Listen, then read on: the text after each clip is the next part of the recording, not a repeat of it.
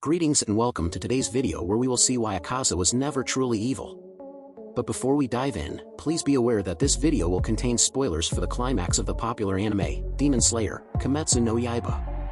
So, if you haven't watched it yet, I recommend doing so before proceeding. Make sure you watch the whole video if you want to know about Akaza's past life as a human. Ranking above the many dangerous foes featured throughout the series, there is a group of demons that even the strongest of demon slayers, the Hashira, cannot defeat alone. One such demon is Akaza, an upper 3 demon of 12 Kazuki. Akaza is one of the most hated characters in Demon Slayer for being the terrifyingly powerful force that killed the fan-favorite Hashira, Rengoku.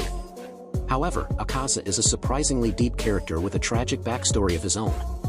Akaza is a stubborn demon who respects the strong and despises the weak. So much so, that the demon goes out of his way to challenge powerful fighters and demon slayers. In the Infinity Train arc, he quickly took a liking to Rengoku, begging him to become a demon so the two could continue dueling forever. Whenever Akaza would face off against opponents he deemed worthy, he would ask for their names and even introduce himself as a form of respect. He remembers the name of every opponent he has fought against throughout his life as a demon.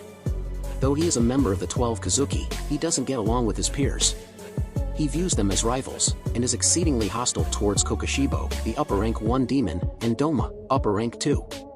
Despite being one of the strongest demons, Akaza possesses certain values that he sticks to, regardless of the circumstances. For unknown reasons, demons in Demon Slayer gain more strength from eating females as compared to eating males. However, despite that, Akaza has never devoured any women, or causes harm to them in any way.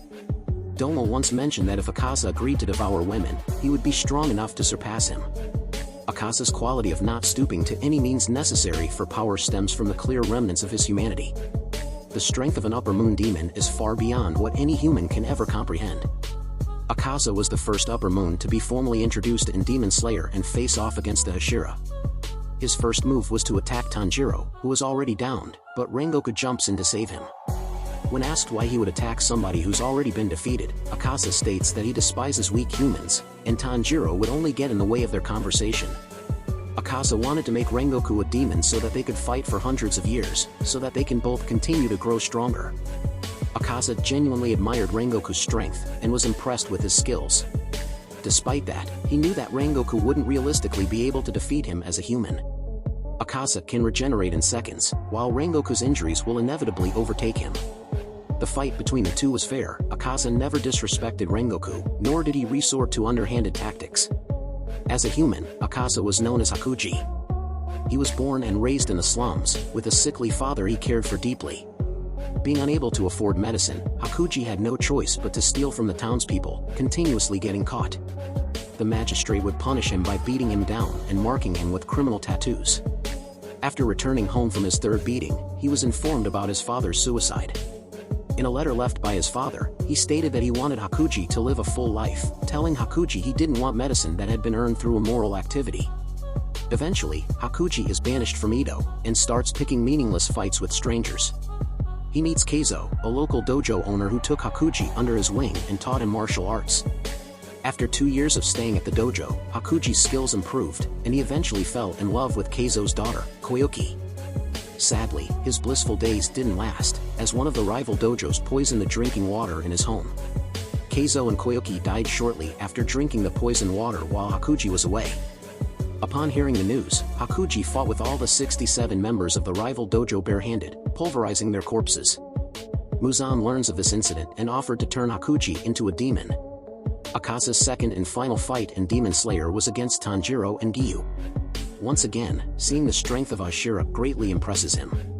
He asks Giyu to become a demon, and much like Rengoku, Giyu refuses without a second thought. Even with the combined strength of Giyu and Tanjiro, fighting against Akaza was extremely challenging. The duo was greatly injured, and Akaza was still standing strong. As the fight went on, Akaza witnessed Giyu protecting Tanjiro, who passed out from his injuries. Though Giyu was also severely injured, he was intently focused on protecting Tanjiro, even at the risk of losing his own life. This gives Akaza vague memories of himself as a human and his life with Keizo. As Akaza prepares to launch a devastating attack against Giyu, he is stopped by the spirit of his deceased fiancée crying and pleading with him to stop. He started remembering his life as a human, which became too overwhelming for him.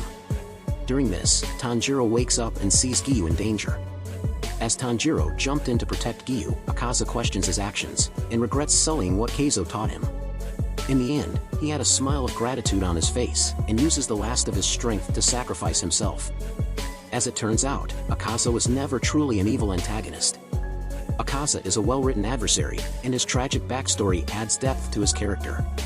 Even after forgetting his memories as a human, his feelings of empathy and remorse were still present.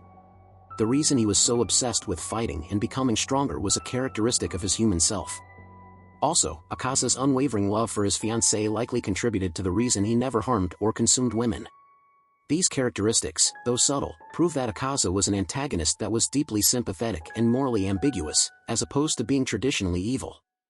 That's it for today, my cuties. I will see you in the next video. Bye bye.